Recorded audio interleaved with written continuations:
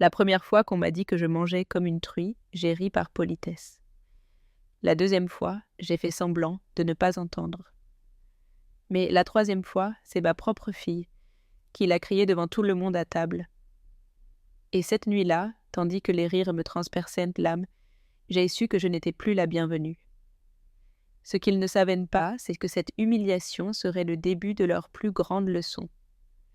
Je m'appelle Antoinette et j'ai 57 ans. Toute ma vie, j'ai travaillé comme employée de maison, nettoyant les demeures d'autrui avec le dos courbé et le cœur ferme. Je n'ai jamais eu de luxe ni de commodité, mais l'orgueil ne m'a jamais manqué. J'ai élevé ma fille Justine seule, sans père ni famille pour nous soutenir. Chaque euro que je gagnais partait dans son éducation. Ses vêtements d'école, ses fournitures, tandis que je me contentais du nécessaire. Souvent, je mangeais moins bien pour qu'elle puisse emporter quelque chose de décent dans sa boîte à déjeuner. Je ne me suis jamais plainte, car pour moi, la voir s'en sortir était une récompense suffisante. Notre maison a toujours été louée. Nous avons changé de quartier plus de fois que je ne voudrais m'en souvenir, mais nous n'avons jamais manqué d'un toit, même précaire. Quand Justine est entrée à l'université pour étudier l'ingénierie, j'ai senti que tous mes efforts portaient leurs fruits. Je travaillais en double journée, même les week-ends, pour pouvoir tout lui payer.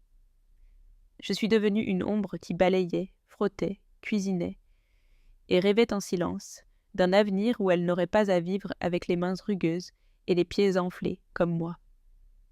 Des années plus tard, quand elle s'est mariée avec Philippe et qu'elle a eu ses 2 enfants, elle m'a proposé de venir habiter avec eux. Elle m'a dit que c'était le moins qu'elle puisse faire pour tout ce que j'avais donné. Sa maison était grande, moderne, avec un beau jardin et de la place pour tous. J'ai accepté avec un mélange de soulagement et de méfiance. Au début, tout était harmonieux.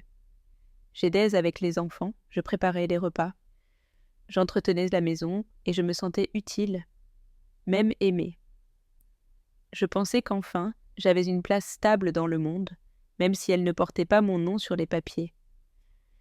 Mais les choses ont commencé à changer de façon subtile, presque imperceptible. Petits commentaires, regards gênés, silence prolongé. La présence constante de la belle-mère de Justine, une femme hautaine qui exhibe chaque euro qu'elle possède, a commencé à empoisonner l'atmosphère.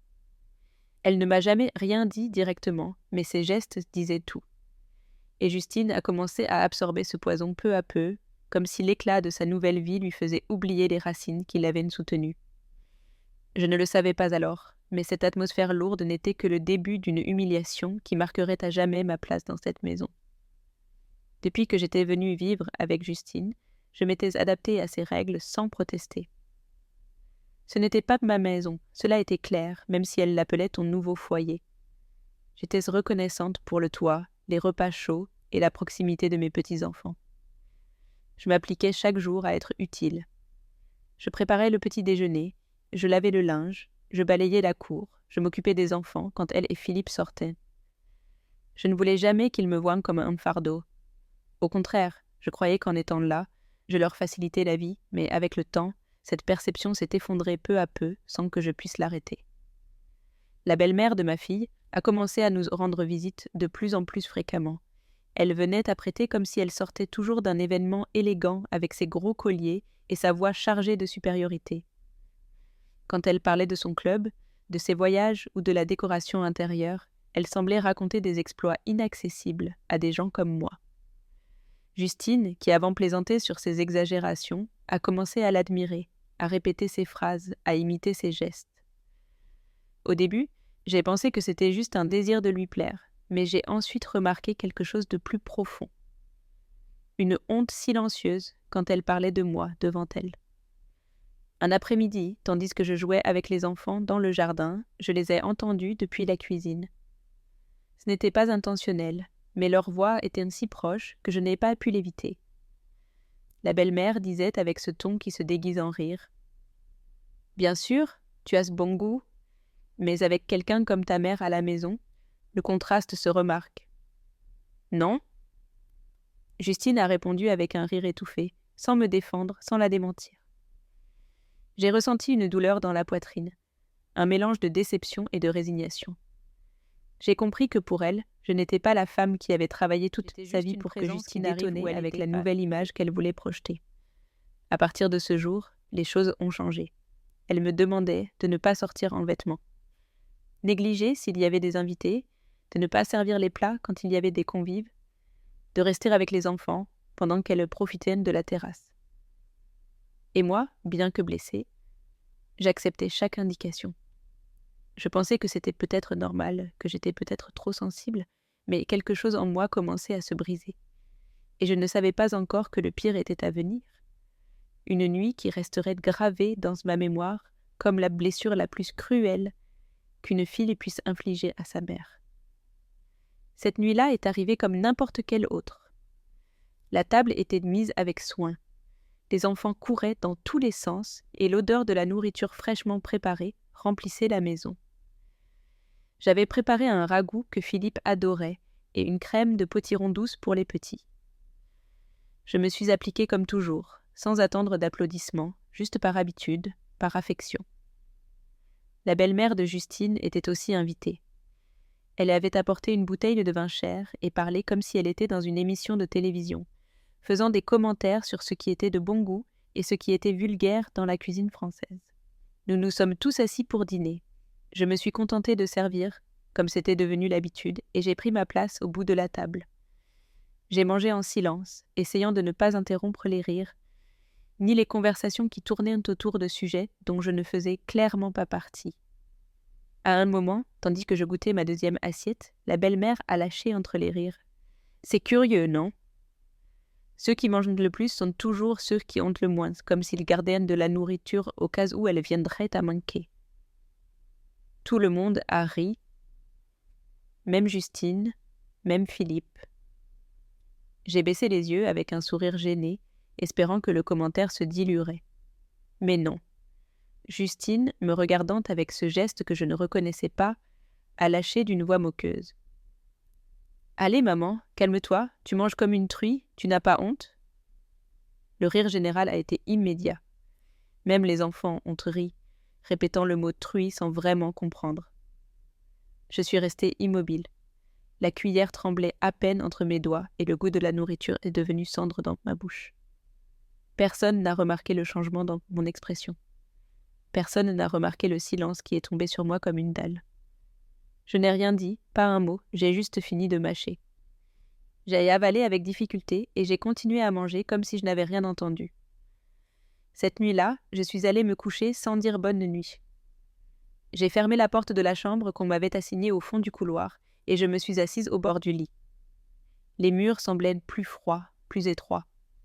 Pour la première fois depuis longtemps, j'ai senti que je n'appartenais plus à cet endroit, ni à cette maison, ni à cette famille, ni à cette vie. Et tandis que j'entendais les rires étouffés de l'autre côté de la porte, j'ai su que quelque chose en moi avait changé pour toujours. Mais je n'allais pas pleurer, je n'allais pas crier, je n'allais pas faire de scène. J'allais juste attendre, parce que quelque chose me disait qu'il ne manquait plus beaucoup pour que je prenne une décision qui changerait tout. Le lendemain matin, personne n'a mentionné ce qui s'était passé au dîner. C'était comme si cette humiliation n'avait jamais existé. Justine m'a demandé d'étendre le linge, Philippe m'a salué d'un baiser sur le front comme si de rien n'était. Et les enfants m'ont embrassé sans comprendre la fissure qui s'était ouverte la nuit précédente. J'ai agi normalement, avec un calme qui n'était pas de la paix, mais de la résignation. J'ai lavé la vaisselle du petit déjeuner, j'ai ramassé les jouets du sol et j'ai préparé le déjeuner avec le même soin que toujours. Mais à l'intérieur, quelque chose avait commencé à s'éteindre, quelque chose que je ne savais pas si je pouvais rallumer. Ce jour-là, je me suis observée dans le miroir de la salle de bain plus longtemps que d'habitude. Mon reflet m'a renvoyé une image qui ne m'était plus si familière. Mon corps avec des courbes que le temps et les grossesses avaient modelées. Il avait toujours été source de complexes silencieux, mais je n'avais jamais pensé qu'il deviendrait la cible du mépris dans ma propre famille. Les mots de ma fille résonnaient encore. « Comme une truie », ce n'était pas seulement l'offense, c'était ce que cela impliquait, que moi, pour elle, Je n'étais plus qu'une présence gênante, un obstacle qui ne méritait même pas le respect. Cette phrase, ce n'est pas une étrangère dans la rue qui me l'avait lancée. C'était la fille pour qui j'avais renoncé à tout dans le jardin avec une tasse de café qui refroidissait entre mes mains. Je me suis souvenu des jours où Justine était petite et se blottissait dans mes bras en me demandant de lui chanter pour dormir. J'ai pensé aux fois où je suis restée sans manger pour lui payer le transport scolaire, ou quand j'ai vendu ma seule belle robe pour compléter son inscription universitaire. Et je me suis demandé à quel moment elle avait cessé de me voir comme sa mère pour commencer à me voir comme un fardeau. Le cœur me serrait, non de colère, mais de tristesse profonde, celle qui transperce et s'installe sans permission. Cette nuit-là, tandis que tout le monde dormait, j'ai ouvert mon vieux sac en toile où je gardais mes quelques affaires personnelles. J'ai sorti mes papiers, quelques photos froissées et un carnet où, pendant des années, j'avais noté des adresses, des noms, des souvenirs épars. En touchant ces pages, j'ai su que mon cycle dans cette maison était sur le point de se terminer. Je ne savais pas exactement où j'irais, ni comment je ferais, mais j'ai compris qu'il était temps de retrouver ma dignité. Et juste quand je m'apprêtais à tout ranger, j'ai entendu des pas dans le couloir, des pas feutrés en chaussettes. Quelqu'un s'approchait de ma porte en silence. Les pas se sont arrêtés juste devant ma chambre. J'ai retenu mon souffle, le carnet encore entre les mains. Personne n'avait l'habitude de s'approcher à cette heure, encore moins sans prévenir. Pendant une seconde, j'ai pensé que c'était Justine, peut-être avec quelques remords tardifs. Je me suis levée doucement, sans faire de bruit, et je me suis approchée de la porte. Je ne l'ai pas ouverte, j'ai juste collé l'oreille, attendant d'entendre quelque chose. De l'autre côté, on entendait une respiration contenue, comme si elles attendaient aussi que je fasse le premier mouvement. Et puis une voix en murmure. « Demain, dis-lui de partir. Il n'y a plus de place pour 3 femmes dans cette maison. » C'était de la belle-mère de ma fille. Elle n'était pas seule. Je n'avais pas besoin d'ouvrir pour confirmer ce qui était déjà évident. La conversation n'était pas pour moi, mais sur moi. Justine a répondu à voix basse, presque comme une enfant obéissante. « Oui, maman, mais je ne sais pas comment lui dire sans qu'elle se vexe. » L'autre a ri avec dédain. « Allons, elle n'est pas si fragile. Et si elle se vexe, tant pis pour elle. Tu te laisses faire chanter par une femme qui n'a même jamais eu de maison à elle. » J'ai ressenti une chaleur monter dans ma poitrine, non de colère, mais d'une clarté nouvelle. Je n'étais plus la bienvenue, c'était clair. Et pire encore, elles attendaient que je m'efface sans qu'elles aient besoin de me chasser directement. Elles voulaient que je me sente si déplacée que je chercherais moi-même la sortie. Je suis retournée au lit sans faire de bruit, mais je n'ai plus dormi. Je suis restée à regarder le plafond, repassant chaque signe que je n'avais pas voulu voir. Les commentaires gênés, les regards fuyants, les tâches que je faisais avant avec plaisir et qui semblaient maintenant des devoirs imposés. Ce n'était pas seulement l'insulte au dîner, c'était une longue somme de mépris accumulés jusqu'à arriver à ce moment. Une décision prise dans mon dos, comme si j'étais un vieux meuble qui encombre. J'ai pensé à partir cette nuit-là même, mais j'ai décidé d'attendre. Je sortirai la tête haute, non comme une fugitive, mais comme une femme qui savait quand il n'y avait plus rien à donner. Quand l'aube s'est levée, tout s'agissait normalement. Justine m'a demandé d'emmener les enfants au parc et de passer ensuite au marché. J'ai acquiescé sans beaucoup. La regarder. J'ai pris mes affaires, j'ai pris mon sac et je suis sortie avec les enfants comme n'importe quel autre jour. Mais ce matin-là, tandis que je traversais la rue avec les petites par la main, j'ai senti quelque chose de différent dans l'air, quelque chose comme une fermeture, comme si le monde me poussait doucement à faire un pas hors de cette maison pour toujours. Ce que je n'imaginais pas, c'est que dans cette même sortie, le destin me mettrait face à quelqu'un qui changerait le cours de tout. J'ai emmené les enfants au parc comme chaque matin. Ils couraient entre les balançoires et riaient avec l'insouciance de ceux qui ne connaissent pas encore le poids de la vie. Je me suis assise sur un banc sous l'ombre d'un arbre, le regard fixe mais vide. Je pensais à tout ce que j'avais entendu la nuit précédente, et bien qu'extérieurement je garde ma composure, intérieurement il ne restait plus rien qui m'attache à cette maison. Je n'avais pas peur, pas de tristesse non plus. Ce que je ressentais était un calme étrange, comme si, enfin, quelque chose avait fait tilt dans mon fort intérieur. J'avais donné le meilleur de moi-même, et maintenant, nous sommes passés par la même rue que d'habitude, avec ses petits commerces et ses façades peintes de couleurs délavées par le soleil. À un coin, une femme âgée a trébuché en descendant du trottoir et a laissé tomber un sac de fruits. Sans y penser, je me suis approchée pour l'aider. « Merci ma fille », m'a-t-elle dit avec un sourire chaleureux en se frottant le poignet. Elle avait le visage aimable et une démarche lente, comme quelqu'un qui a trop vécu. Je lui ai demandé si elle allait bien, et en remarquant qu'elle boitait, je lui ai proposé de l'accompagner chez elle. Elle a accepté sans hésiter. Sa maison était modeste mais propre, avec des poses de fleurs à l'entrée, et une table en bois usée dans la salle à manger. Elle m'a offert un thé, tandis que les enfants jouaient avec de vieilles billes qu'elle avait trouvées dans une boîte. Nous avons bavardé un moment, et entre une chose et une autre, elle m'a raconté qu'elle vivait seule depuis que sa fille était partie dans le nord avec sa belle famille. Elle a dit qu'elle avait parfois peur la nuit et que sa vue ne lui permettait plus de faire beaucoup de choses. Sans détour, elle a lâché. « Tu travailles ?» Je lui ai brièvement raconté mon histoire, sans entrer dans les détails. Elle m'a regardé avec un mélange de tendresse et d'urgence. « Si tu voulais m'aider quelques heures par jour, je te payerais avec plaisir. Ce n'est pas beaucoup, mais pour moi ce serait un soulagement. » Sa proposition m'est tombée dessus, comme un signe. Ce n'était pas le travail qui m'émouvait, c'était la façon dont elle l'avait dit. Avec respect, avec humanité. J'ai acquiescé doucement, et je lui ai donné mon numéro sur un papier. Nous nous sommes séparés avec une étreinte courte et sincère. Tandis que je rentrais à la maison avec les enfants, j'ai su que cette opportunité, si petite soit-elle, était le début d'autre chose. Quelque chose de plus à moi, quelque chose de plus libre. Mais en arrivant à la maison, un silence épais m'a accueilli. Personne n'était dans le salon. Dans la cuisine, sur la table, j'ai trouvé une feuille pliée avec mon nom écrit dans une écriture précipitée. La feuille était pliée négligemment, comme si c'était une note sans importance. Je l'ai prise avec des mains fermes, mais le cœur battait fort. En l'ouvrant, j'ai trouvé à peine 3 lignes écrites à l'encre bleue. Elles étaient de Justine. « Maman, nous devons parler bientôt. Ce n'est rien de grave, mais nous devons organiser quelque chose dans la maison. Préviens-moi quand tu as le temps. Justine. » J'ai lu ces mots plusieurs fois.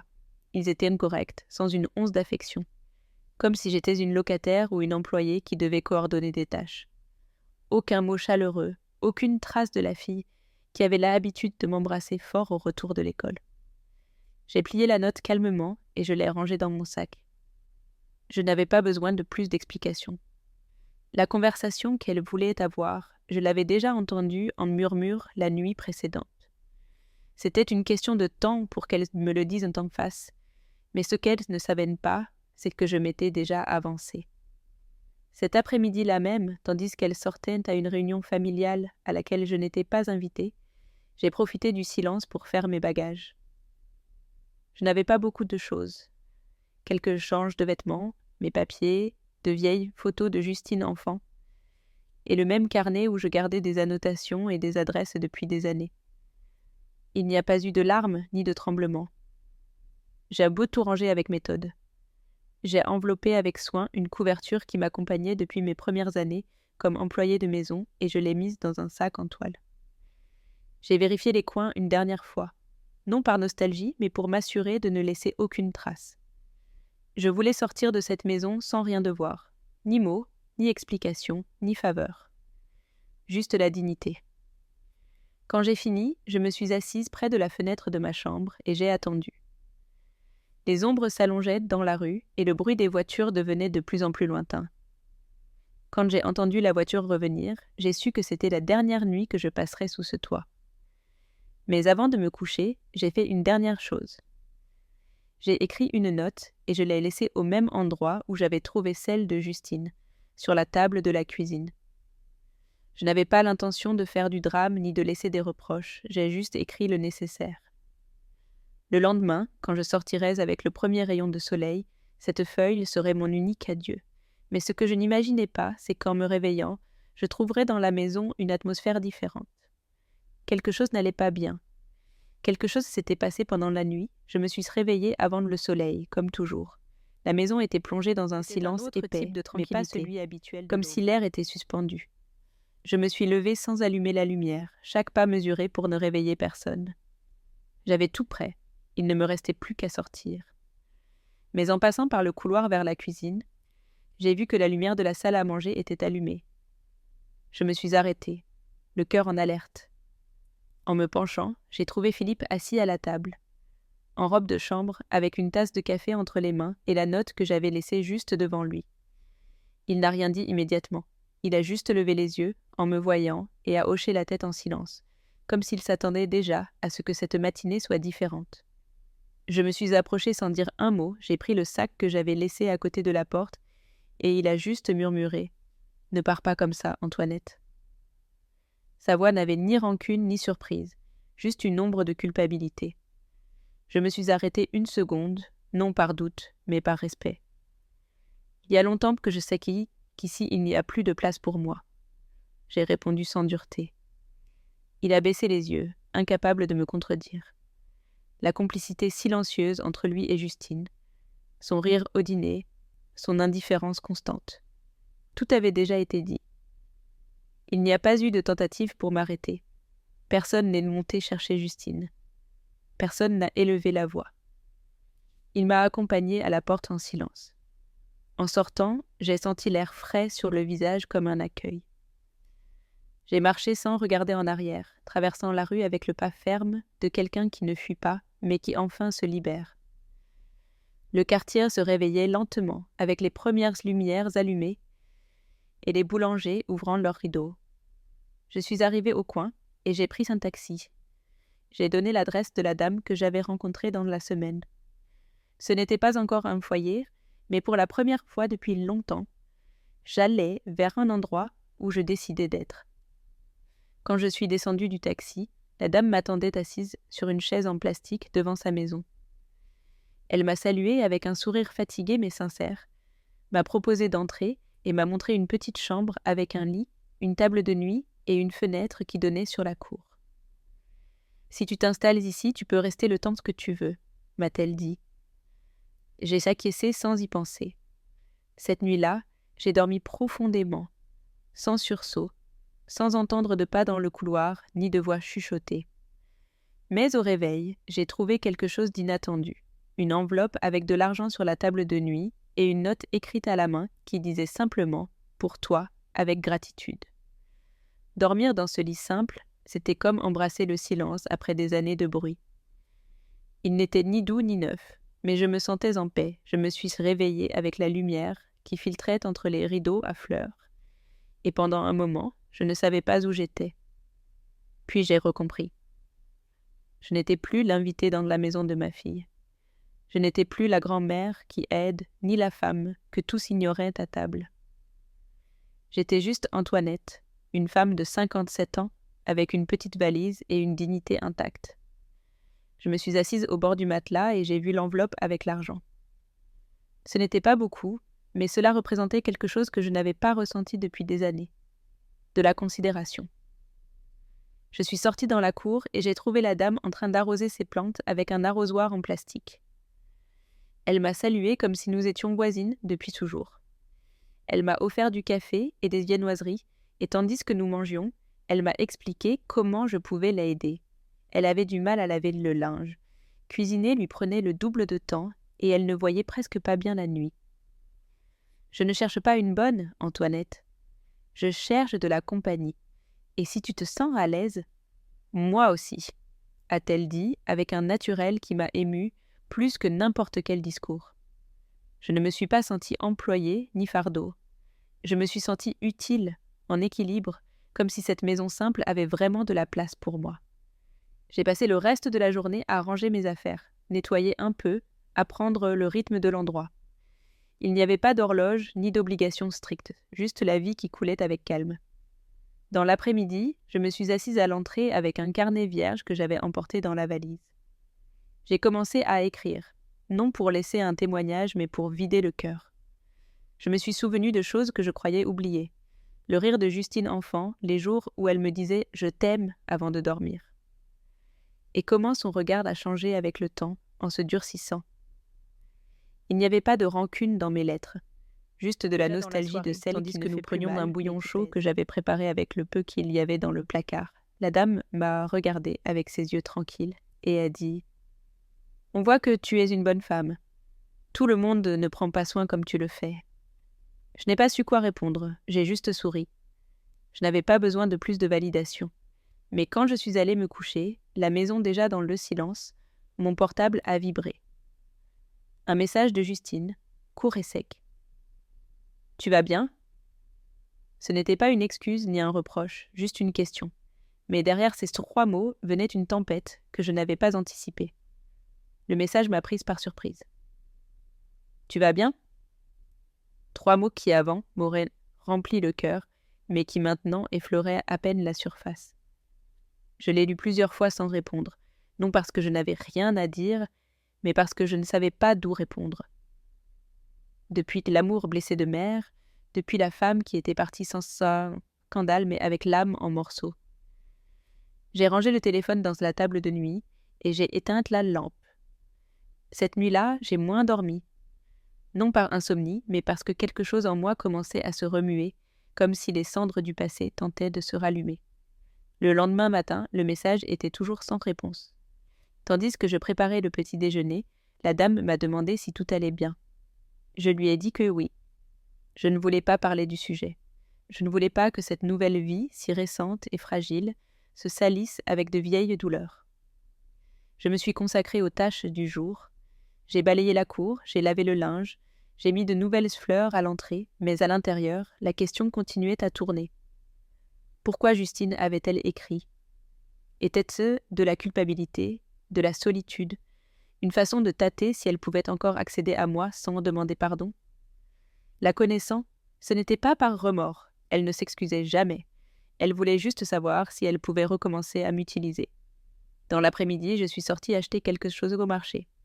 Je n'avais pas beaucoup d'argent, mais j'ai senti que c'était le moment de commencer à me ravitailler par mes propres moyens. Tandis que je marchais, j'ai vu des mères avec leurs petites filles qui riaient, discutaient des prix, choisissaient des fruits ensemble. Je me suis arrêtée devant un étal de fleurs et, sans y penser, j'ai acheté un petit bouquet de marguerites. Elles n'étaient pour personne, elles étaient pour moi. Pour me rappeler que je pouvais encore me faire cadeau de beauté sans dépendre de personne. Je suis rentrée à la maison avec des sacs légers et des pas fermes. Je me sentais en contrôle, je me sentais nouvelle, mais cette sensation a duré peu. Cette même nuit, un autre message est arrivé. Cette fois, ce n'était pas du texte, c'était une photo. Je l'ai reconnue immédiatement. Le salon de la maison de Justine, vide, sans les jouets des enfants, sans le vase que j'avais l'habitude de remplir chaque semaine, sans ma chaise. En dessous, une phrase sèche. « Tu me manques. » Et alors j'ai compris. Elle ne me manquait pas, moi.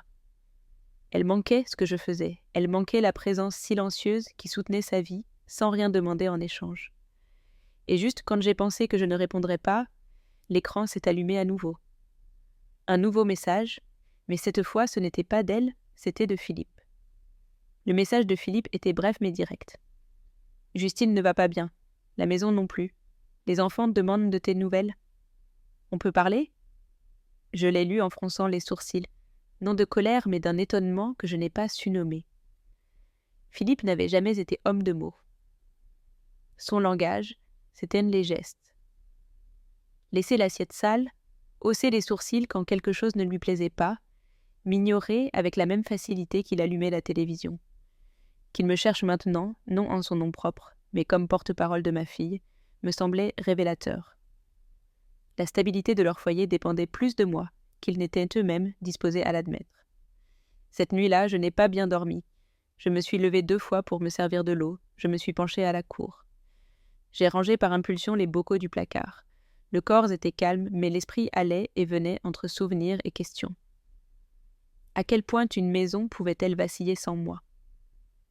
Combien était-il difficile pour Justine de gérer ses enfants, ses horaires, ses propres émotions, sans quelqu'un qui lui serve de base invisible. J'ai pensé à comment je me levais avant tout le monde. Je laissais préparer le petit déjeuner, je repassais les uniformes, je balayais les jouets, tout sans demander de remerciements. Maintenant, ce silence pesait, non pour moi, pour eux. Le lendemain, la dame a remarqué Elle m'a quelque juste chose servi dans une mon tasse de regard. café Plus grande que d'habitude et a posé sa main sur la mienne pendant 1 seconde. C'était suffisant. Pas besoin de parler. J'ai senti que j'étais au bon endroit. Je n'avais pas besoin de justifier mon passé ni de démontrer ma valeur. J'avais déjà appris à ne pas courir quand quelqu'un m'appelait depuis le vide qu'ils avaient eux-mêmes provoqué. C'est pourquoi je n'ai pas répondu au message de Philippe. J'ai continué ma journée comme prévu. J'ai aidé à laver la dame, j'ai cuisiné du riz aux lentilles et j'ai balayé les feuilles sèches de la cour avec une satisfaction que je n'avais pas ressentie depuis des années. Mais dans l'après-midi, quand je suis allée au centre acheter des médicaments, je me suis arrêtée net devant un banc du parc. Assise là, les cheveux ébouriffés et les yeux rouges, il y avait Justine. Seule, sans sac, sans enfant, sans maquillage, à peine avec son portable dans une main, le regardant comme s'il pesait plus que tout son corps. Elle m'a vue et au lieu de se lever ou de courir vers moi, elle a abaissé les yeux comme si soudain, elle ne savait plus comment affronter la femme qu'elle avait un jour appelée mère et qui maintenant semblait une étrangère avec la dignité intacte. Je suis restée debout à quelques mètres, observant Justine sans bouger. Il s'était passé tant de temps depuis la dernière fois que je l'avais vue ainsi. Vulnérable, désarmée, mais je n'ai pas ressenti de pitié. J'ai ressenti de la distance, une distance qui ne faisait plus mal, mais qui existait simplement, comme une rivière entre deux rives qui avaient autrefois été unies. Elle a levé les yeux enfin, et nos regards se sont croisés. Il n'y a pas eu de larmes, il n'y a pas eu non plus d'excuses, juste un regard long, plein de choses qui ne se disaient pas parce qu'elles n'étaient plus nécessaires. J'étais une autre femme. Elle commençait peut-être à peine à le remarquer. J'ai marché lentement vers le banc et je me suis assise à côté d'elle sans la toucher. Nous n'avons pas parlé, nous avons juste partagé le silence. Ce même silence qui avant nous séparait et qui maintenant était le seul langage possible. Justine a respiré profondément et a serré le téléphone entre ses mains. Elle m'a observé du coin de l'œil comme si elle cherchait un signe pour oser parler, mais elle n'a pas osé. Des minutes ont passé ainsi, avec le bruit lointain du parc comme seule musique de fond, jusqu'à ce qu'enfin elle murmure sans me regarder. « Je ne savais pas combien tu faisais jusqu'à ce que tu arrêtes de le faire. » Je n'ai pas répondu, non parce que je ne voulais pas, mais parce que ce n'était plus mon devoir de lui enseigner quoi que ce soit. La vie le faisait déjà pour moi. Elle a soupiré, s'est recoiffée derrière l'oreille et a ajouté « La maison est en désordre, les enfants ne dorment pas bien. » Philippe s'énerve. Moi, je ne sais pas par où commencer. Chaque phrase était un aveu déguisé en rapport domestique. J'écoutais, mais je ne m'impliquais pas. Cela me faisait mal, oui, mais pas pour elle. Cela me faisait mal pour tout ce que je m'étais refusé à moi-même, en croyant que ma valeur dépendait d'être utile, d'être nécessaire, d'être indispensable. Nous sommes restés là assises un moment de plus. En nous levant, Justine n'a pas demandé que je revienne, elle m'a juste dit « Si un jour tu as besoin de quelque chose, je suis là. » J'ai acquiescé avec sérénité. Je me suis séparée d'elle avec un geste doux et j'ai commencé à marcher vers la maison. Je n'ai pas pleuré, je n'ai pas tremblé, j'ai juste confirmé ce que je savais déjà. Il ne s'agissait pas de revenir ni de se réconcilier, il s'agissait de continuer à avancer. Et tandis que je traversais la rue vers la maison, je ne me suis pas rendu compte que quelqu'un d'autre nous avait observés de loin, et que cette personne n'avait pas l'intention de rester silencieuse. Tandis que je m'éloignais du parc, j'ai ressenti cette sensation gênante qui s'installe dans la nuque quand quelqu'un vous suit du regard. Je me suis retournée par instinct, mais je n'ai vu personne de connu. Juste quelques visages anonymes sur des bancs distants et des enfants qui couraient derrière un ballon. Je n'y ai pas prêté attention. J'ai continué à marcher vers la maison de la dame, concentrée sur l'air frais de l'après-midi et sur le soulagement silencieux que me donnait d'avoir affronté Justine sans traîner de vieilles douleurs. Mais cette paix a duré peu. En arrivant à la maison, la dame m'attendait à l'entrée avec le visage sérieux, le téléphone à la main. « Antoinette, quelqu'un est venu te chercher. Ils ont sonné il y a un moment. Ils ont dit qu'ils étaient de la famille de ta fille. » J'ai ressenti une douleur dans l'estomac. « Qui ?» j'ai demandé avec précaution. « Une femme jeune. Elle ne s'est pas présentée, mais elle a laissé ceci. » Elle m'a tendu une enveloppe jaune avec mon nom écrit à la main. Je l'ai ouverte avec une seule phrase. « Ta version n'est plus la seule qu'on entend. » Il n'y avait pas de signature, pas d'explication, juste ce message froid qui ne venait clairement pas de Justine, mais de quelqu'un qui l'entourait. Et alors j'ai su. La belle-mère, elle avait été là, elle avait vu notre conversation dans le parc, et maintenant elle commençait son propre jeu, un jeu où les mots seraient déformés, les faits édités et la vérité manipulée. Cela ne me surprenait pas. Cette femme avait toujours su se mouvoir dans l'ombre, avec du poison déguisé en sourire, mais maintenant, apparemment, il ne lui suffisait pas de m'avoir fait sentir comme une intruse. Elle voulait me discréditer complètement. J'ai rangé la note dans mon sac et j'ai fait semblant devant la dame que ce n'était rien d'important.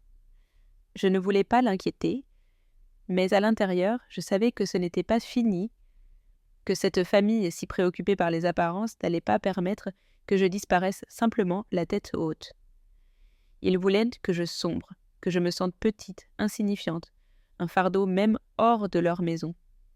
Ce qu'ils ne savaient pas, c'est que je n'étais plus cette femme. J'ai gardé cette note comme on garde une épine, non pour conserver la douleur, mais pour se souvenir d'où elle vient. J'ai passé le reste de l'après-midi dans un calme apparent, aidant la dame avec ses médicaments, préparant une soupe de poule simple et rangeant l'armoire de la chambre. Mais à l'intérieur, mon esprit travaillait sans arrêt. Ce qui ne m'inquiétait pas, c'était ce qu'on disait de moi. Ce qui me gênait, c'était l'intention. Cette note n'était pas un avertissement, c'était une provocation. Ils voulaient que je réagisse, que je retourne dans cette maison la tête basse, peut-être même en suppliant pour une dernière chance. Mais cette femme n'existait plus. Cette nuit-là, je me suis assise pour écrire dans mon carnet. Non une réponse à personne, mais un rappel pour moi. J'ai écrit les noms des femmes que j'avais connues pendant les années de travail. Employées, gardiennes, mères seules, toutes celles qui nettoyaient les maisons d'autrui en supportant des humiliations déguisées en instructions. Je me suis souvenue de comment elles nous regardaient, comment elles nous parlaient, comment elles nous exigeaient de la perfection sans offrir le respect. Et j'ai pensé à combien de fois nous restions silencieuses pour ne pas perdre un toit, un plat de nourriture, une bonne relation avec la famille. Moi aussi je l'avais fait, jusqu'à maintenant. Le lendemain, je me suis levée tôt, j'ai pris mon sac et je suis sortie sans dire où j'allais. J'ai marché jusqu'à une papeterie du centre. J'ai imprimé une lettre que j'avais écrite pendant la nuit et je l'ai rangée dans une enveloppe blanche. Puis je suis passée devant la maison de Justine. Je n'ai pas sonné, je n'ai parlé à personne, j'ai juste laissé l'enveloppe dans la boîte aux lettres. À l'intérieur, il n'y avait pas d'insulte ni d'accusation, juste une vérité écrite avec calme. Je ne suis pas celle que vous voulez dépeindre. Je n'ai pas besoin de me défendre, mais je ne permettrai pas qu'on invente une histoire à mes dépens. Continuez votre vie, j'ai déjà commencé la mienne. Je suis rentrée à la maison avec la tranquillité de celle qui fait ce qui est juste, non par orgueil, mais par respect de soi. Mais en arrivant, la dame m'attendait dans la cour avec le visage tendu. « Ils t'ont appelé » a-t-elle dit. Ils n'ont pas laissé de nom, mais ils ont dit que cela ne faisait que commencer. Le ton de sa voix m'a hérissé la peau. Il était clair qu'ils n'allaient pas se rendre. Et bien que je sois prête à tout, je ne m'attendais pas à ce que le prochain pas vienne, non de Justine, ni de sa belle-mère, mais de quelqu'un d'encore plus inattendu. Cet après-midi-là, tandis que je balayais les feuilles de la cour, une voix m'a appelée depuis la grille. Elle n'était pas familière. En me retournant, j'ai vu un homme âgé au visage vieilli et au regard fuyant. Il portait une chemise froissée et tenait un chapeau entre ses mains, comme s'il lui pesait. « Antoinette » a-t-il demandé avec prudence. Il m'a fallu quelques secondes pour le reconnaître, mais le passé a des façons précises de se faufiler par les fissures. C'était Gabriel, le père de Justine, l'homme qui m'avait quitté quand sa fille ne savait pas encore marcher, qui avait disparu sans donner d'explication ni regarder en arrière. Je n'ai pas su quoi dire, je l'ai juste observé en silence, essayant de comprendre ce qu'il faisait là après tant d'années. J'ai appris ce qui s'est passé avec ta fille, avec la maison. Une voisine m'a dit que tu étais par ici. Sa voix était basse, presque coupable. Il n'y avait en lui ni arrogance ni justification. Juste une trace de remords que je ne savais pas si elle était réelle ou une simple coïncidence opportuniste. Je ne suis pas venue demander quoi que ce soit. Cette phrase, si semblable à celle que j'avais reçue par message de Justine, ne m'a pas causé de tendresse.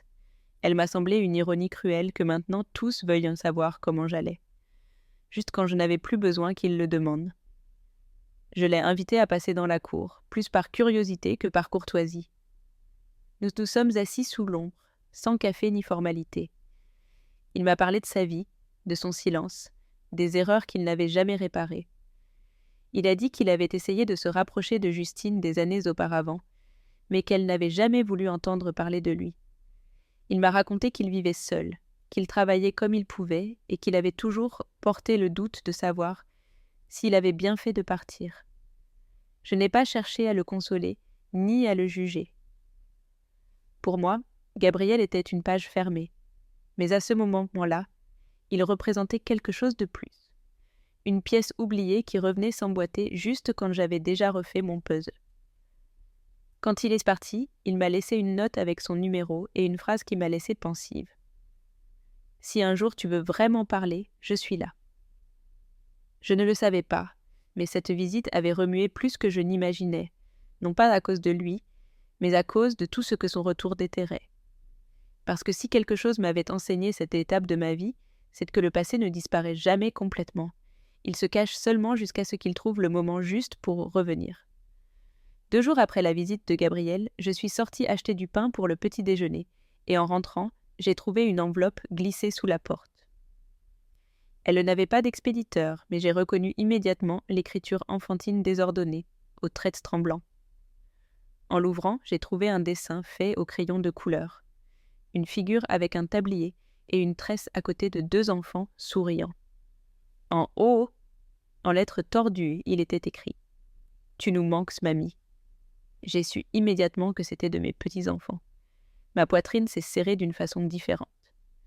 Ce n'était pas de la tristesse. C'était un mélange de tendresse et de culpabilité qui m'a surprise. Je n'avais pas pensé à eux depuis que j'étais partie, du moins pas avec la même intensité. Je me suis assise dans le fauteuil à bascule, avec le dessin dans les mains. Je n'ai pas pleuré. Je l'ai juste observé longuement, me souvenant de leurs voix, de leurs étreintes, de leurs questions interminables, pendant les après-midi que nous passions ensemble. Ils n'avaient de faute en rien. Ils ne savaient rien des alliances toxiques, des commentaires blessants, ni des hiérarchies dans une maison. Ils savaient en seulement que leur grand-mère n'était plus là, et que son absence ne pouvait pas être comblée avec des jouets, ni la télévision.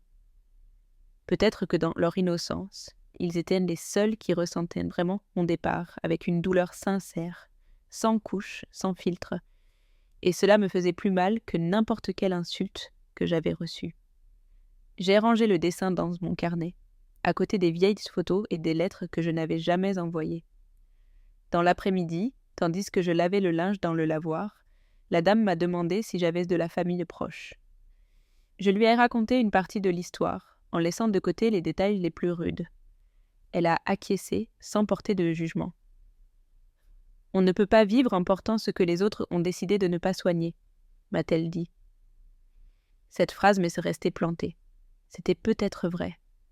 Peut-être que je devais continuer à avancer sans regarder en arrière. Mais comment continuer à avancer quand les seuls qui t'aimaient sans condition t'appellent sans mots seulement avec des crayons et de l'espoir? Cette nuit-là, avant de dormir, j'ai laissé sur ma table de nuit une feuille blanche. Je ne savais pas quoi écrire ni à qui, mais je sentais que bientôt je devrais dire quelque chose. Non pour Justine, non pour Philippe, ni même pour moi. Pour ces 2 petits cœurs qui m'avaient cherché, sans comprendre le poids de l'histoire qui les entourait. Ce que je ne savais pas, c'est que le prochain appel ne viendrait pas sur papier, mais sous la forme d'une petite voix de l'autre côté du portail. Une matinée que je n'oublierai jamais. C'était une matinée quelconque. Le soleil commençait à peine à réchauffer la cour et je finissais d'étendre le linge. J'ai entendu qu'on frappait doucement le portail d'entrée, à peine quelques petits coups, comme si celui qui appelait ne voulait pas déranger. J'ai marché jusqu'à la grille sans me presser, m'attendant à voir le facteur ou peut-être un vendeur. Mais ce que j'ai y trouvé m'a glacé l'âme. Là, debout, avec son petit sac à dos et les chaussures pleines de poussière, il y avait Émilien, grands yeux qui avait l'habitude de s'illuminer chaque fois que je le soulevais du sol entre jeu et chanson. « Mamie, ne dis pas à maman que je suis venu, » a-t-il chuchoté, comme s'il craignait que le vent le dénonce. Je l'ai serré dans mes bras sans réfléchir, avec cet instinct que seul l'amour véritable reconnaît. Il était agité, les joues rouges par le soleil et la respiration rapide. Je lui ai demandé comment il était arrivé, et il m'a dit qu'il avait suivi le livreur de pain depuis sa rue, en se souvenant du chemin, depuis une fois où il était venu avec moi.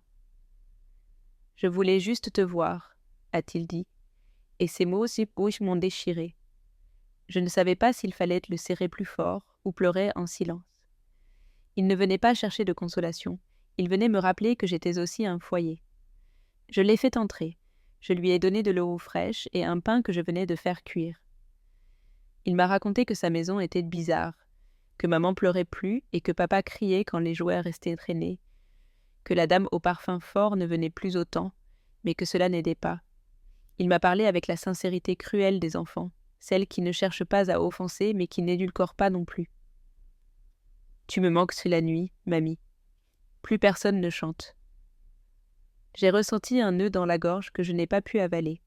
J'avais cru qu'en m'éloignant, je les protégeais des tensions des adultes, mais les vides aussi se transmettent, se ressentent aussi, et parfois se multiplient. Je suis restée avec lui un moment de plus, lui caressant les cheveux, lui disant que tout irait bien, bien que je ne sache pas comment. Mais tandis que je pensais comment le ramener sans causer plus de conflits, la dame était sortie dans la cour avec le téléphone à la main et le visage pâle. « C'est ta fille. Elle dit que l'enfant s'est échappé et qu'elle vient ici. » Mon cœur a fait un bond.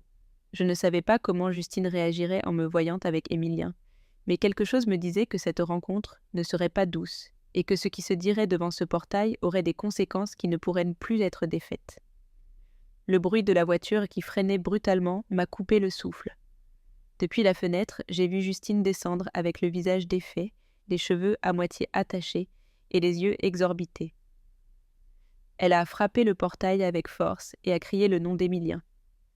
Je suis sortie immédiatement avec l'enfant, encore à mes côtés, et je l'ai vu se briser en 1000 morceaux en vérifiant qu'il était sain et sauf. « À quoi pensais-tu » a-t-elle crié en le serrant dans ses bras, avec un mélange de soulagement et de colère. Émilien ne pleurait pas, il s'accrochait juste à sa mère et puis me regardait comme s'il demandait la permission de ne pas se sentir coupable. Justine m'a lancé un regard sec, plein de mots contenus. « Pourquoi ne m'as-tu pas appelé dès que tu l'as vu » J'ai respiré profondément avant de répondre. « Parce que je ne voulais pas l'effrayer. Il est arrivé seul, avec peur et faim. » Son visage s'est durci. Elle essayait de rester ferme, mais ses yeux la trahissaient. « Tu ne fais plus partie de notre vie, » a-t-elle lâché d'un coup, comme si cela pouvait tout fermer. Mais sa voix tremblait. Ce n'était pas un ordre, c'était une supplication déguisée. Tu ne peux pas t'immiscer chaque fois que les choses échappent au contrôle. Je l'ai observée en silence. Je n'avais pas besoin de me défendre. La scène parlait d'elle-même. Son fils avait traversé des rues et des avenues seul pour me chercher. Moi, comment ignore-t-on un message pareil ? La dame, discrète mais ferme, s'est maintenue à la porte, prête à intervenir si quelque chose dérapait. Justine a essayé de se recomposer. Elle a pris Émilien par la main et m'a tourné le dos, mais avant de monter dans la voiture, elle s'est arrêtée. Je ne veux pas que cela se reproduise. Je ne veux pas que mes enfants continuent à penser que tu es la seule qui les écoute. Elle n'a pas répondu à son propre reproche, elle l'a juste lâché dans l'air, comme quelqu'un qui laisse tomber une pierre dans un puits. Je suis restée immobile, observant comment il s'éloignait. Émilien a sorti la tête par la fenêtre arrière et m'a envoyé un baiser avec la paume de la main. C'était le seul adieu dont j'avais besoin. Je suis rentrée à l'intérieur avec le calme brisé et la dignité intacte, mais quelque chose en moi a commencé à vaciller, non à cause de la scène, mais à cause de ce qu'elle révélait. Justine perdait le contrôle. Sa maison n'était plus un refuge, et bien qu'elle refuse de l'accepter, son monde s'écroulait. Ce que je n'imaginais pas, c'est que le lendemain, je recevrais une visite qui ne cherchait pas la confrontation, mais l'aide. Et cette visite apporterait une vérité qui changerait complètement ma façon de voir ce que j'avais vécu. Le lendemain matin s'est levé nuageux, avec ce ciel gris qui semblait présager quand j'ai entendu 3 coups de doux à la porte. Je n'attendais personne. J'ai ouvert avec précaution et j'ai été surprise de voir Philippe. Il portait un sac à dos en bandoulière et avait les yeux fatigués. Il n'apportait ni superbe ni autorité, ni ce ton indifférent qu'il avait l'habitude d'utiliser avec moi. Juste un geste d'effet, comme si les jours lui pesaient plus qu'il ne pouvait l'admettre. « Je peux entrer ?» a-t-il demandé. Et pour la première fois en des années, sa voix ne m'a pas gênée. J'ai acquiescé en silence et je l'ai invité à s'asseoir à la table de la cuisine. Il n'a pas tourné autour du pot. Il m'a parlé de Justine, de ses colères, de son orgueil qui parfois l'étouffait. Il a dit que depuis que j'étais partie, tout avait changé, que la maison ne fonctionnait plus, que les enfants étaient plus agités, et que la belle-mère de Justine, au lieu d'aider, n'avait fait que semer la discorde. « Je ne viens pas te convaincre de quoi que ce soit, » a-t-il dit en regardant sa tasse vide. « Je veux juste que tu saches qu'on ne te blâme pas, même si cela semble le contraire. » Je suis restée silencieuse. Je n'avais pas besoin d'excuses, mais je ne voulais pas non plus fermer les portes à quelqu'un qui pour une fois venait sans un bouclier. Alors il a baissé les yeux et a posé quelque chose sur la table. Une feuille avec une signature à l'encre noire. C'était un consentement pour que je puisse aller chercher Émilien et Valérie à l'école en cas de besoin. Ce n'est pas pour maintenant, c'est au cas où. Ils te regrettent et nous ne savons pas si un jour nous pourrons tout gérer. Je l'ai observé sans toucher le papier. Le geste ne m'émouvait pas. Son honnêteté me surprenait. C'était la première fois que quelqu'un dans cette famille reconnaissait que je n'étais pas remplaçable, qu'au-delà des frictions, j'avais laissé un vide réel. Philippe s'est séparé de moi sans me demander de réponse. Il m'a laissé le papier et il est sorti comme il était entré, les épaules basses et l'âme en conflit. Je me suis assise sur la même chaise où tant de fois je les avais attendus avec le dîner chaud. Et tandis que j'observais cette feuille sur la table, j'ai compris que le temps n'avait pas seulement guéri les blessures, il avait ouvert les yeux de tous. Ce que je n'imaginais pas, c'est que ce même jour, dans l'après-midi, je recevrais un appel non de Justine, ni de Philippe, mais de quelqu'un qui me devait des excuses, bien qu'elle ne l'admette jamais à voix haute. L'appel est entré juste après la sieste, tandis que la dame dormait et que je tricotais assise près de la fenêtre. Je n'ai pas reconnu le numéro, mais quelque chose dans le pressentiment m'a poussé à répondre. De l'autre côté, une voix sèche et familière. « Antoinette, c'est Thérèse. » Il m'a fallu une seconde pour la situer. La belle-mère de Justine, cette femme qui pendant des années m'avait regardée comme si j'étais en dessous de son monde. Maintenant, elle m'appelait. Sans ornement, sans jeu, « J'ai besoin de te parler », a-t-elle dit sans détour. Elle n'a pas demandé la permission, elle n'a pas utilisé de courtoisie, mais elle ne sonnait pas non plus comme avant. Il y avait quelque chose de différent dans son ton, quelque chose de plus proche de la peur que du pouvoir. Nous nous sommes rencontrés dans un café du centre. Elle est arrivée à l'heure, habillée comme toujours. Élégante, maquillée, avec cette présence répétée, mais ses yeux n'avaient pas d'éclat. « Ne crois pas que je vienne te demander des excuses. » a-t-elle commencé sans me regarder droit dans les yeux. « Je voulais juste te dire que la situation avec Justine nous a échappé des mains. » Je me suis contentée d'écouter. Elle a continué en reconnaissant que peut-être ses opinions, ses conseils et sa façon de s'immiscer n'avaient pas aidé. « Je pensais que si tu partais, les choses s'arrangeraient, mais ça a été le contraire. La maison s'est écroulée. Je l'ai laissé parler, non parce que je croyais à son repentir, mais parce que ses mots ne m'affectaient plus comme avant. Maintenant, je la voyais avec d'autres yeux, non comme une ennemie, mais comme une femme. Une femme habituée à tout contrôler et qui maintenant, face au chaos, ne savait pas comment réparer le mal qu'elle avait aidé à semer. « Je ne suis pas ici pour Justine, » a-t-elle avoué à la fin. « Je suis ici pour les enfants, parce que eux, Ils savent qui tu es, même si les adultes, nous sommes aveugles. » Cette phrase m'a touchée plus que tout le reste. Elle le savait. Elle l'avait vu dans le regard d'Émilien, dans le dessin de Valérie, dans le silence tendu qui était resté dans la maison après mon départ. Nous nous sommes séparés sans promesses ni gestes aimables. Chacune était partie de son côté, mais quelque chose avait changé. Cette femme, qui avant semblait intouchable, était descendue de son piédestal pour reconnaître, ne serait-ce qu'à demi, que j'étais plus qu'une ombre à la maison, je trouverais une enveloppe entre les grilles. Cette fois, elle ne venait pas d'un adulte. Elle venait avec une calligraphie enfantine et une invitation écrite au crayon maladroit, mais clair. « Mamie, peux-tu venir à ma fête d'anniversaire ?» J'ai tenu le papier entre mes mains comme s'il s'agissait d'un objet fragile. L'écriture était d'Émilien. À côté de l'invitation, il y avait un dessin d'une piñata, une table avec un gâteau et 3 figures. Lui, sa sœur et moi.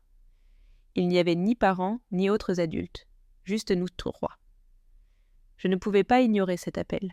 Ce n'était pas une simple fête d'anniversaire, c'était une demande chargée de sens. Revenir, ne serait-ce que pour quelques heures, impliquait entrer de nouveau dans un monde dont j'avais pris congé avec fermeté. Et cependant, j'ai senti que refuser serait briser quelque chose qui survivait encore intact. Le lien entre grand-mère et petite-fils. J'ai montré l'invitation à la dame. Elle n'a pas dit grand-chose, elle m'a juste regardé avec ses yeux sages et a demandé « Que te dit ton cœur ?» Je n'avais pas peur, ce que j'avais c'était du doute, non pour moi, mais pour ce que ma présence provoquerait. Serait-ce une provocation pour Justine, un malaise pour Philippe, un geste mal interprété par Thérèse ? Mais en regardant de nouveau le dessin, j'ai compris que rien de tout cela n'importait. Je n'allais pas à cette fête pour faire plaisir aux adultes.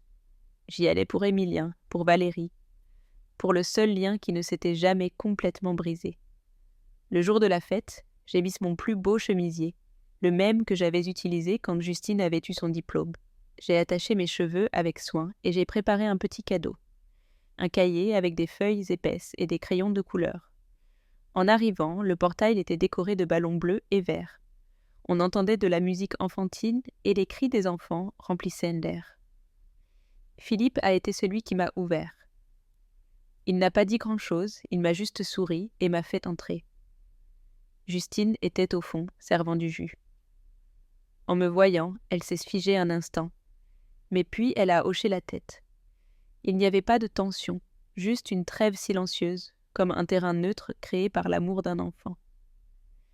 Émilien a couru vers moi les bras ouverts, criant avec la force de quelqu'un qui a attendu ce moment pendant des jours. Il m'a serré fort, sans me lâcher, et Valérie est venue derrière, se cachant dans ma jupe comme quand elle avait peur. Je n'avais pas besoin de plus. À cet instant, j'ai su que j'avais fait ce qui était juste. J'ai passé l'après-midi entre rire doux et souvenirs. Mais juste quand je me préparais à partir, Justine s'est approchée. Elle m'a tendu une enveloppe et a dit « Lis-la quand tu arriveras à la maison. » Sa voix était douce. Dans son regard, il n'y avait pas de guerre, juste un calme étrange, comme si quelque chose était sur le point de finir ou de commencer. J'ai rangé l'enveloppe dans mon sac et j'ai dit au revoir aux enfants avec une dernière étreinte. J'ai marché de retour à la maison sous un ciel orangé, l'âme sereine. Je ne ressentais plus ce mélange de colère et de tristesse qui m'accompagnait dans les premiers jours. J'avais réussi quelque chose que beaucoup ne comprennent pas. Partir sans haïr, s'éloigner sans briser, guérir sans bruit. En arrivant, la dame m'attendait avec une tasse de thé et un regard curieux. « C'était beau ?» lui ai-je dit. Je n'avais pas besoin d'explication, j'ai juste laissé le sac sur la table. J'ai sorti l'enveloppe que Justine m'avait donnée et je l'ai ouverte sans hâte, comme quelqu'un qui ne craint pas ce qu'il va lire. À l'intérieur, une feuille écrite à l'encre noire, avec une calligraphie plus soignée que d'habitude. Elle n'était pas longue, à peine quelques lignes. « Maman, je ne sais pas si un jour je pourrais te dire cela en face, mais merci. Merci pour tout ce que tu as fait et pour ce que tu as arrêté de faire pour moi. Ton départ m'a fait mal, mais maintenant, je comprends que c'était ta façon de continuer à vivre. » Ne reviens pas par obligation, fais-le seulement si tu me portes encore dans ton cœur. » J'ai lu ces mots avec calme.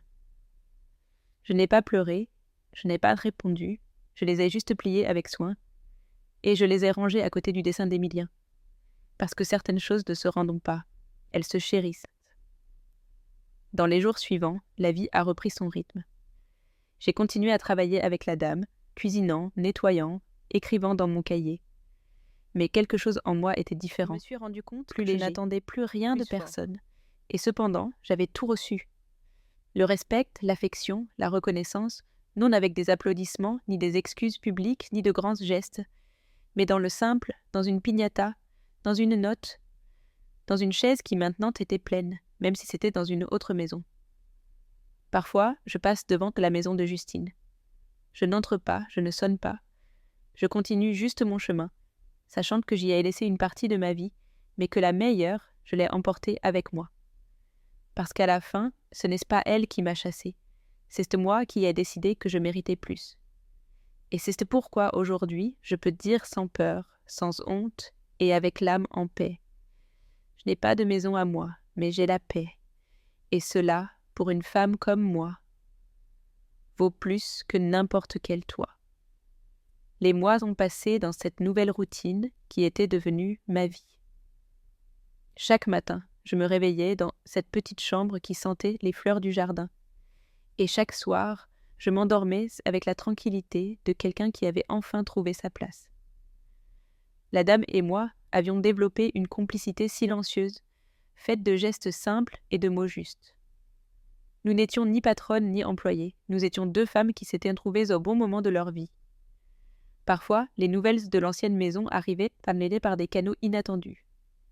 La boulangère du coin, qui connaissait toute l'histoire du quartier, me glissait parfois des informations. Justine avait repris son travail à temps plein, Philippe s'occupait plus des enfants, et la belle-mère avait espacé ses visites. C'était comme si mon départ avait forcé chacun à reprendre sa responsabilité, à assumer ce qu'il avait laissé entre mes mains sans jamais l'avouer. Un après-midi d'automne, tandis que j'étais en train de préparer de la confiture de Coing dans la cuisine, j'ai entendu la dame m'appeler depuis le salon. Sa voix avait une intonation particulière, un mélange d'urgence et de surprise. Je me suis essuyé les mains et je suis allée la rejoindre.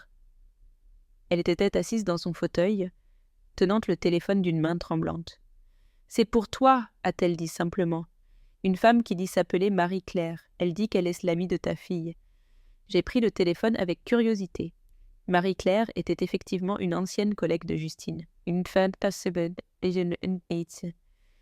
que j'avais à peine croisée lors de quelques événements familiaux. Sa voix était douce mais déterminée. « Antoinette, j'espère que vous ne m'en voulez pas de vous appeler comme ça. J'ai eu votre numéro par Philippe. Il faut que je vous parle. » Elle m'a expliqué qu'elle travaillait dans une association qui aidait les femmes à se réinsérer professionnellement et qu'elle cherchait quelqu'un avec mon expérience pour coordonner un nouveau programme. Nous aidons des femmes qui, comme vous, ont consacré leur vie à prendre soin des autres et qui maintenant veulent prendre soin d'elles-mêmes, m'a-t-elle expliqué. Ce n'est pas de la charité, Antoinette. Nous avons besoin de quelqu'un qui comprenne vraiment ce que ces femmes vivent. L'offre était concrète. Un poste à mi-temps dans leur bureau du centre-ville, un salaire décent et la possibilité de former d'autres femmes dans ma situation. J'ai raccroché avec cette proposition qui résonnait dans ma tête comme une nouvelle possibilité. La dame, qui avait entendu malgré elle une partie de la conversation, m'a regardée avec ses yeux pleins de sagesse. « Tu sais que tu peux prendre ton temps pour décider, n'est-ce pas ? Mais tu sais aussi que parfois, les opportunités frappent à la porte quand on ne les attend plus. » Ces mots étaient justes. J'étais arrivée dans cette maison en fuyant une situation, et maintenant je pouvais en partir en marchant vers quelque chose de nouveau. Cette nuit-là, j'ai réfléchi longuement. J'aimais la tranquillité de cette maison, la simplicité de cette vie que j'avais construite. Mais il y avait en moi une énergie nouvelle, une envie de transmettre ce que j'avais appris, de transformer ma douleur en force pour d'autres. Le lendemain matin, j'ai appelé Marie-Claire pour accepter sa proposition. Nous nous sommes donné rendez-vous pour la semaine suivante. Quand j'ai annoncé ma décision à la dame, elle a souri avec cette tendresse qu'ont les personnes âgées quand elles voient quelqu'un qu'elles aiment prendre son envol. « Tu sais que cette maison sera toujours la tienne, » m'a-t-elle dit. « Mais je suis fière de voir que tu continues à grandir. » Nous avons convenu que je continuerais à venir quelques soirs par semaine pour maintenir notre complicité et pour qu'elle ne se sente pas seule. Le jour de mon premier jour de travail, je me suis habillée avec soin. J'ai mis une robe que je n'avais pas portée depuis des années, j'ai attaché mes cheveux en chignon et j'ai regardé mon reflet. Une femme de 57 ans, certes, mais droite, digne, avec dans les yeux cette clarté qui vient après les tempêtes. J'étais prête. Les bureaux de l'association se trouvaient dans un ancien hôtel particulier rénové, avec de grandes fenêtres qui laissaient entrer la lumière. Marie-Claire m'a fait visiter les lieux, m'a présenté à l'équipe et m'a expliqué en détail ce qu'elle attendait de moi. Mon rôle était d'accueillir les femmes qui venaient chercher de l'aide, de les écouter, de les orienter, et surtout de leur montrer par mon exemple qu'il était possible de recommencer. La première femme que j'ai rencontrée s'appelait Sylvie. Elle avait 43 ans et sortait d'un divorce difficile après 20 ans de mariage. Comme moi, elle n'avait jamais vraiment travaillé à l'extérieur, ayant consacré sa vie à sa famille. Comme moi, elle se sentait perdue, inutile, trop vieille pour recommencer. Quand elle m'a raconté son histoire, j'ai reconnu, dans ses mots, l'écho de mes propres peurs, de mes propres doutes. « J'ai l'impression d'avoir gâché ma vie, » m'a-t-elle dit en pleurant. « J'ai 50 ans bientôt. Je ne sais rien faire. Personne ne voudra m'embaucher. » Je l'ai écoutée sans l'interrompre, puis je lui ai parlé. Je lui ai raconté mon histoire, sans fausse pudeur, sans édulcorer. Je lui ai dit comment j'avais moi aussi cru que ma valeur dépendait de ce que je faisais pour les autres, comment j'avais accepté l'humiliation en silence, comment j'avais fini par comprendre que partir n'était pas abandonner, mais se sauver. « Vous savez quoi, Sylvie ?» lui ai-je dit en tenant ses mains dans les miennes. « Nous n'avons pas gâché nos vies, nous les avons données. Maintenant, il est temps de nous les reprendre. » Ces mots, je ne les avais jamais prononcés avant, mais en les disant, j'ai senti qu'ils étaient vrais, pour elle comme pour moi. Au fil des semaines, j'ai rencontré des dizaines de femmes. Chacune avait son histoire, ses blessures, ses peurs, mais toutes portaient en elles cette même capacité de résistance que j'avais découverte en moi. Certaines venaient après un divorce, d'autres après la mort de leur mari, d'autres encore après avoir été licenciées d'un travail précaire. Toutes cherchaient la même chose: retrouver leur dignité, leur autonomie, leur joie de vivre. Mon travail consistait à les accompagner dans leur démarche, à les aider à rédiger leur CV, à préparer leurs entretiens, mais surtout à leur redonner confiance en elles. Je leur parlais de mes propres peurs, de mes propres victoires, de ce chemin que j'avais parcouru de l'humiliation à la reconnaissance de soi. Beaucoup me disaient que mon histoire leur donnait de l'espoir, que voir une femme de mon âge recommencer sa vie les encourageait à croire en leurs propres possibilités. 6 mois après avoir commencé ce travail, j'ai reçu une invitation inattendue. C'était pour le mariage de la fille de Marie-Claire. Au bas de l'invitation, quelques mots manuscrits. « Votre présence nous honorerait. Vous faites partie de notre famille maintenant. » J'ai été touchée par cette attention. Dans cette nouvelle vie, j'avais trouvé non seulement un travail, mais une vraie famille de cœur. Le jour du mariage, j'ai mis ma plus belle robe, celle que j'avais achetée avec mon premier salaire. C'était la première fois depuis des années que je m'habillais pour moi, pour me faire plaisir, sans me soucier du regard des autres. À la cérémonie, j'ai été présentée comme Antoinette, notre coordinatrice, et j'ai ressenti une fierté que je n'avais jamais éprouvée. J'avais un titre, une fonction, une reconnaissance professionnelle. J'existais en tant que personne, pas seulement en tant que mère ou grand-mère. Pendant la fête, une jeune femme s'est approchée de moi.